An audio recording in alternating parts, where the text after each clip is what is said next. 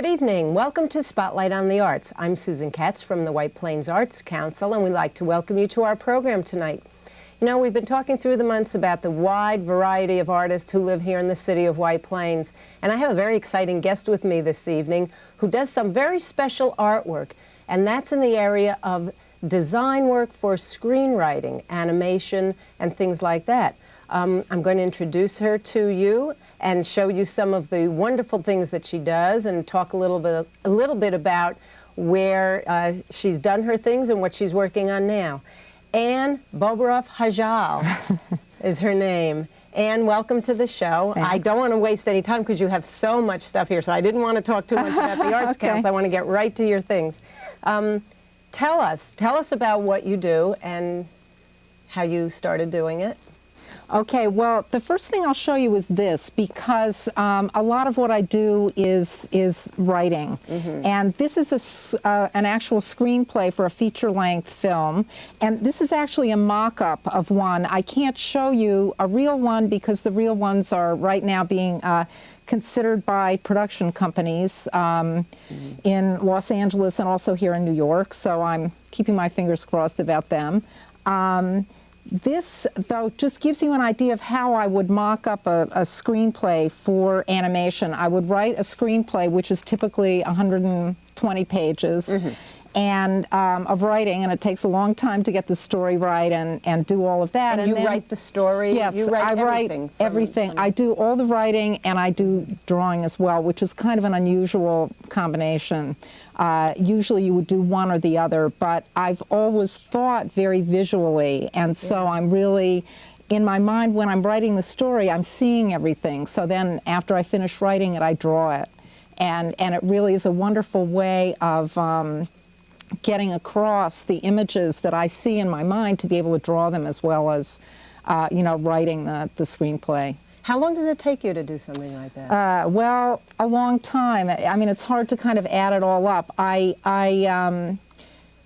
It's taken me a couple of years. The screenplay that we have out right now really took a couple of years to do the story, and then it has a lot of drawings with it. That screenplay is called Abby and the Desk Dwellers, and it's about a fifth grade girl in, it's set in the United States today. You'll see I do a lot of stuff set in Russia or historically in other times too, but this particular... Why is that? Why?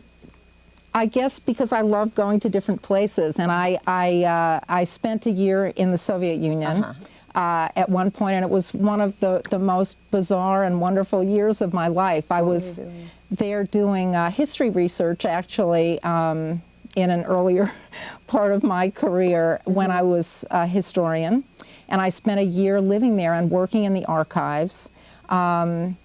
I was doing a lot of research on the history of working women and on folklore, searching through the archives for this handwritten folklore, which you know, was collected by all kinds of people around the turn of the century and so on. Some school teacher would go out into a village in Russia and write down what the people were singing, and then I used this as part of my book. So this is my book.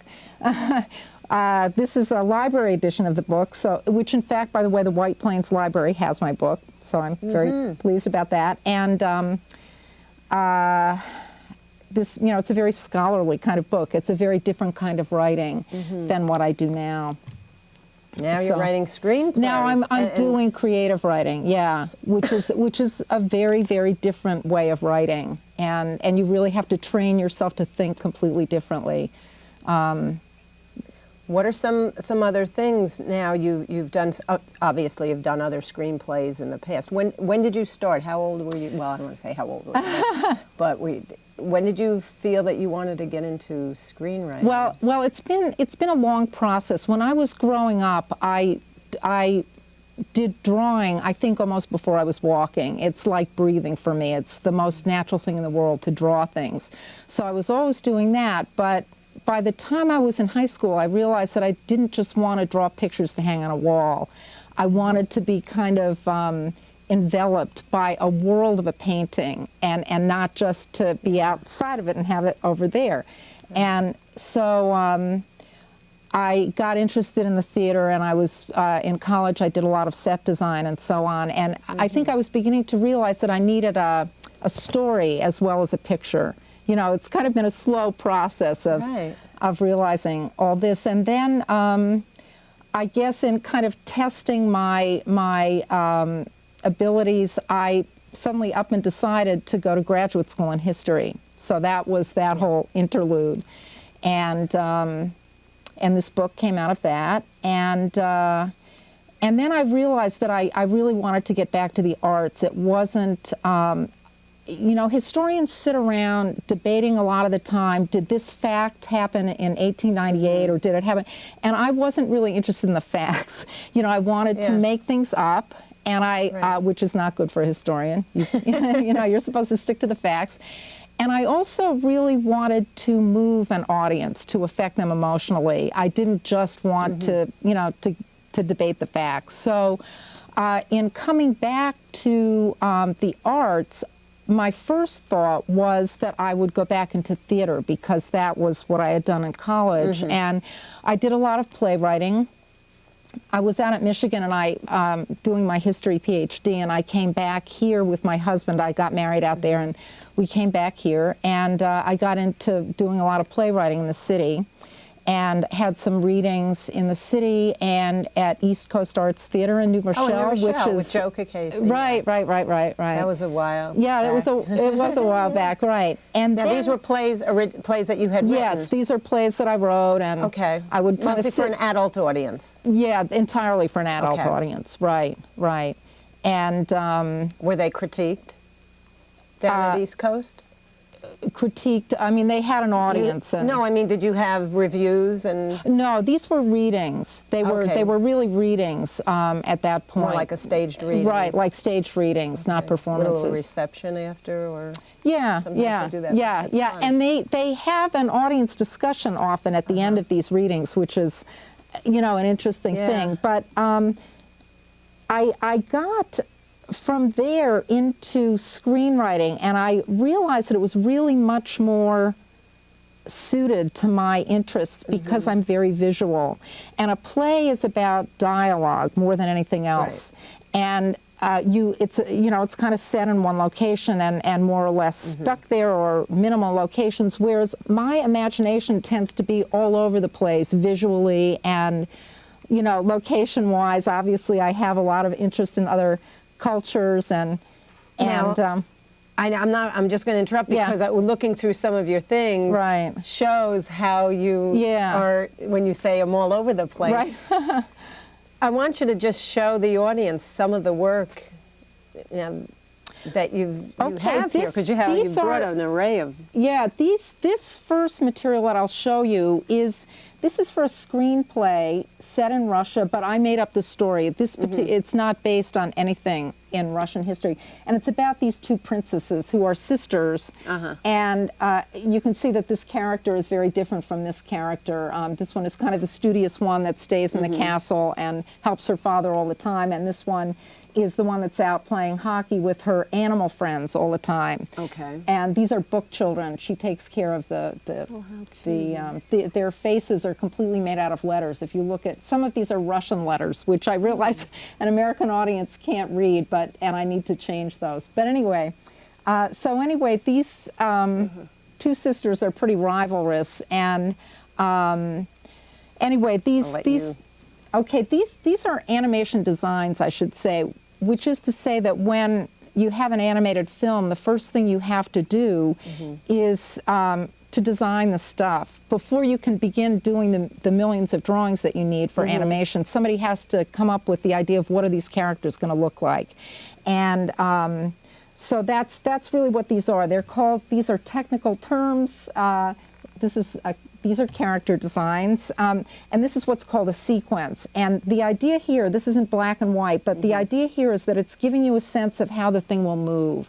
Right. And here you have this army, you can't even tell what the heck it is, but you see kind of wings sticking out of the top of it. It gets closer, and then in the third drawing in this sequence, which is in color, you see that this, the villain here is really right upon them. And here are And this is part of this script that you wrote. Yeah, These are all right. These are all would accompany this screenplay. And here's another scene of this guy coming in. He has wings that are made of knives, and he's knocking over this. This is a Middle Eastern character whose name is El Lunas, and here is his apparatus, and this guy is destroying everything. What stage is Sorry. this playing now, or this film? This one, actually, my agent wants some rewrites on it, so which is why I'm free to show it at this point, because Okay, it's so not you're working out. on this one Yeah, still. It's this not one out is yet. really in progress. The I've done a lot of drawings for this one, as it happens. That's how this one has worked. But Right. and this is. And you do this in pencil. It looks like pencil, color pencil. Yeah, what I do at this point, the way I'm working now, which is not, I've worked in a lot of different ways at different stages. The way I'm working right at the moment for these screenplays is that I do a pencil sketch of what I see in my mind, and then I scan that into the computer. And the computer is a fabulous tool for me because it enables me to move things around and enlarge things. And if I drew the thing too far down, I can just circle it and move it up instead of having to redraw everything. How easy it all got. Yeah, right? well, it is and it isn't. I mean, it's also, I mean, I'm one of those nuts that still draws with a mouse. And it's really hard. It's crazy. There's got to be a better way, but I still work with kind of old computer When you equipment. say with a mouse, I was thinking back when my last trip to Disney World, we went on a tour of the animation studio there in Orlando. Yeah. And it showed the sequence from the time that the artists were way back doing things by hand, which there are still a few artists there that do everything by hand. They do, yeah. They do it. And now right up to the computerization of animation, which I'm not sure if it was Aladdin. Or Well, the first one what's that was a really totally interesting is that computer-generated people Disney movie. don't realize how much animation is still done by hand. Because there are some movies now that are totally computer generated, Yeah. but the fact of the matter is there are still a lot of people drawing with their pencils. And for a lot of the Saturday morning cartoons that you see and so on, that animation, a lot of it is done by animation studios in the Far East. They do a lot of, the repetitive work. It may be designed in the United States. The backgrounds are done in the United States, but then to produce those millions of cell drawings, it's done over there very often now. Really? Not for the big movies. They tend to use more American animators, but yeah. So anyway, for what that's worth. I know my husband collects animation art, original production cells. And, he's quite a buff on animation. So it's not like it used to be in the days when they did, for example, Bambi, when they had the Courvoisier, we have one with the Courvoisier background, and it was done, I think, in the late 30s or something like that. Yeah. Something Or I really mid-40s love maybe. about that old animation is the care that they took in making, for example, Bambi move like a deer moves, or making Thumper, or whatever his name was, move like a rat. I mean, they're really exquisite in a way that, I'm sorry, I don't feel is always, that quality isn't maintained today. That's my opinion. I know a lot of people find the new Disney films to be very beautiful, but I think those old Not like ones the were Snow White spectacular. and Yeah, Bambi they were extraordinary. I mean, they were real, works of art with those. Right. Yeah. Anyway. They'll live on Yeah. forever, I'm sure. Yeah.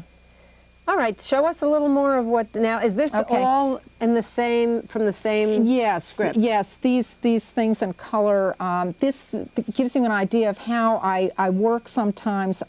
In a complex drawing like this, I have to design this first, and I do a lot of research thanks to the White Plains Library. I do a tremendous amount of research on, what this thing might look like. So this is this apparatus, and all of these shapes come out of the medieval Middle East to fit this character. Okay. So I draw that, and then I can layer this in. I draw this guy separately and so on, and I can layer that in the computer. And this is the castle in which this thing is set, my version of this castle. This was something interesting on the computer, that I originally had this done very long and short, and I mean, you know what I mean, elongated this Yeah. way. And I didn't like it. So I thought, well, let me try in the computer taking the whole thing, the whole drawing, and just stretching it Squishing it up. up. And I like it. yeah, I like it better this way. I like it that way. And this is That almost looks like it can be a commercial of some sort. what do you mean, for what? It just looks very, very, for a product or something, you know? Yeah, this is actually one of my favorite drawings because it really shows these two princesses working Yeah. together. They are finally working together here. This is a giantess who's crying such big tears Oh. that she's drowning them. They're on this journey through a forest and they're about to be drowned by her tears. And in order to get her to stop crying and drowning them, they have to get this splinter out of her finger.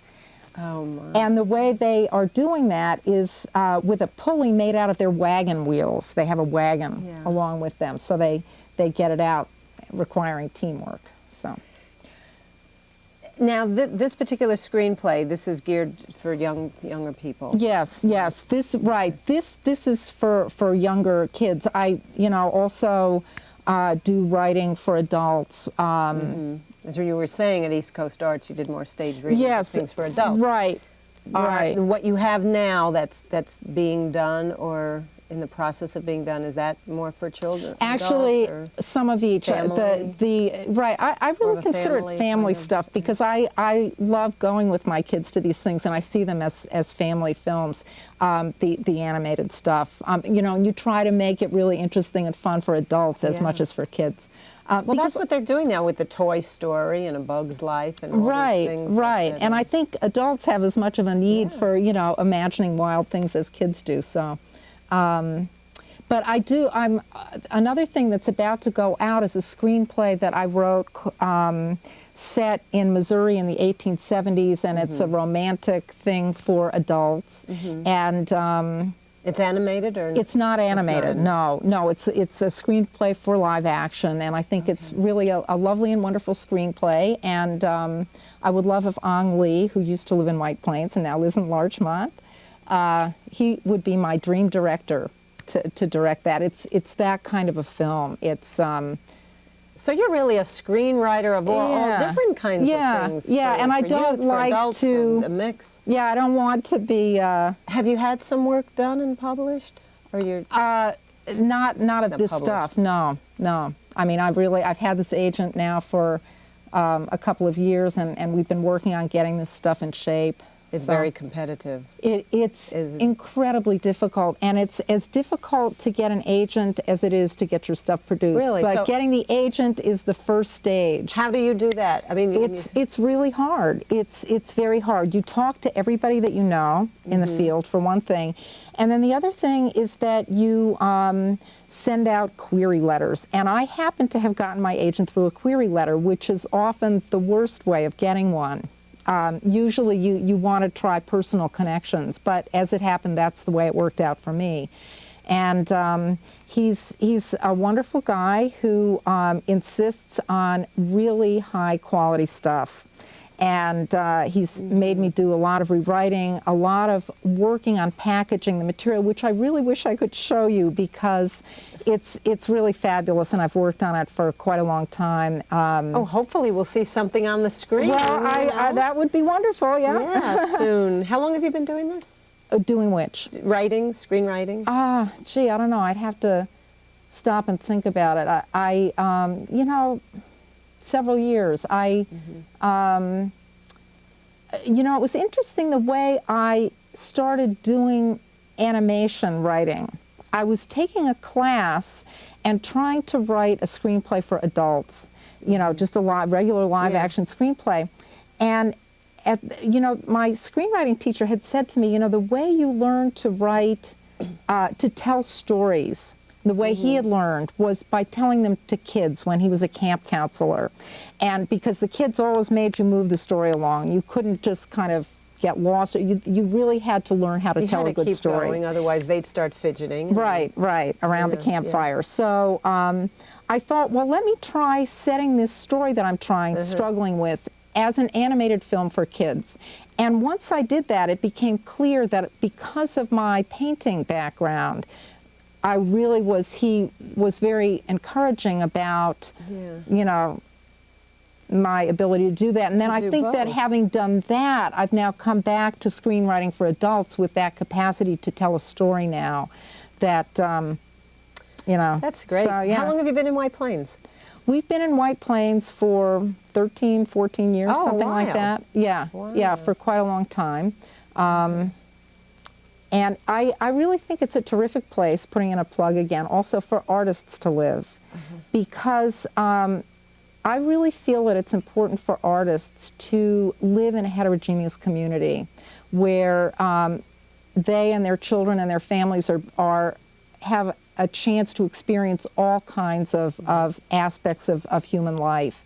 And so I just think it's a wonderful place to be from that point of view. And I do a tremendous amount of research in the White Plains Library. There's great color Xeroxing here, which is at a reasonable Right. price, which may sound dumb, but I spend a lot of time in the color Xerox place. And you did a little bit of painting the Macy's windows. Oh, right. You were Yeah. with Anne Ferenz and a couple of the gang down Right, painting the right, windows. absolutely, yeah. So there's some Yeah. strange things going on in the city, and the Arts Council, as you know, you came to the meetings as you know, Right. trying to bring an awareness Right. to the community of the Right. artists we have living here Yeah. and their work, and your work is certainly very unique. In as much as you do everything. You do the animation. Oftentimes there's separate people that do the animation Right. from the script. Right. I'm pretty sure. Yes. Correct? Oh, yeah. You This know, is. It's you'll an- have a script, and then somebody else will do. Yeah, for animation. feature-length stuff, that's true. For for a Saturday morning cartoon, say, you might have the whole thing storyboarded to begin with, rather than written out that much. Right. But and so for something like that, you might have the same person at least proposing the ideas as doing the drawings. But Now you have a load of stuff here. yeah. Let's just quickly go through. Okay, this actually was a continued sequence from that other one where this teardrop from the giant is about to hit her, and when it hits the two of them, actually they're knocked off, and they're off the giantess's shoulder here. So they're just saved by hanging on to this thing. This is an action drawing, which just gives a feeling of the action in the. I brought this just because this is another story, which is based on a character called Baba Yaga. And this drawing, actually, this is the one thing in my life I've ever cribbed off somebody else. This particular conceptualization of this character is that of a Russian illustrator called Bilibin, who worked around the turn of the century. And then this is, more from that same. This is those a are great. samovar, and Yeah. these are these tea Oh, how terrific. tea glasses, actually, because Yeah. they're Russian. Yeah. And this is, in Russian fairy tales, the lazy one always sits on the stove. They have this kind of platform, which is the warmest place in the house. And so this is Lazy Laura and Baba Yaga is the name of it, and so she lies on the stove And there. you haven't done the color on this yet, Right, is these that are it? not in color yet because I'm still working on them. But this is a character. This is the. And this comes out of your imagination? Yeah, those yeah. characters? You This just is how dream I about think. them? Right. Yeah. I mean, the best. All of a sudden you wake up in the middle of the night and you have to get the pad next that's to the your best. bed. Actually, what I have learned is when you think of it in the middle of the night, it's the best time to think of it. And if it's good, you'll remember it. I don't keep pads next to me anymore because it ruins the organic flow for me. If I write If it you down, get up it and becomes start too to- rigidified. Okay. So if it's good, it will stay with me and it'll grow. Oh gosh, these are all so Yeah. terrific. These are more of those tea glass. These are, what you have to do for animation is. Yeah. Now, these were some drawings that I did for somebody who was working on a children's book. And this is, like a character design for her story called The Farfel. The Farfel. Yes, a fish in How Elizabeth's cute. clothing. This was another character. Oh, how great these are. This is a guy that this is another picture. I don't know if you can pick up the detail on this, but this guy flies around the swamp at night And looking these are all for. with pencil? These are with. This is pencil. This is drawing pen. Okay. So They're wonderful. Thank you. And this is, she's going, the Elizabethan fish's sunglasses got stolen, and she's out looking for them, and she finds underwater that these strange creatures have taken it. There's so many here. I wish we had more time Well, that's, to look. yeah. We'll have to have you back on. You know what I would love also sometime? I am painting a mural on the 4 walls of my dining room. So someday when it's done, you'll have We'll to bring come the and film camera there. over. And it's been just a pleasure to, I mean, the time went by so fast. I'm sure we can go on and on. We wish you the best of luck Thank with you. your Thank screenplay. you. What's the name of it? The new one that's out is called Abby and the Desk Dwellers. Abby and the Desk Dwellers. Followed shortly by one called Ariana. That's the one set in Missouri in the 1870s. And this one is the Princess Sisters, and then we also had Lazy Laura and Baba Yaga in there. You are so talented. That's great. Anne Bobaroff Hajal. We'll have to watch for that name. Watch for that name, folks, because someday hopefully we'll go on the screen and we'll see your name up there. And we thank you for joining us tonight on Spotlight on the Arts. Thank you. It was fun. And to all of you in the audience, please join us here with the various artists that we have and the wonderful things we have going on in the city and the most interesting people.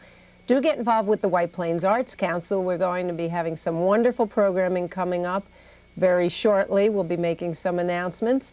And we thank you again, Anne. Thanks for coming down. Thanks for having me. It was just a pleasure speaking with you. It was fun. Thanks so Thanks. much. And to all of you, thank you for joining us, and we'll see you again soon. Good evening.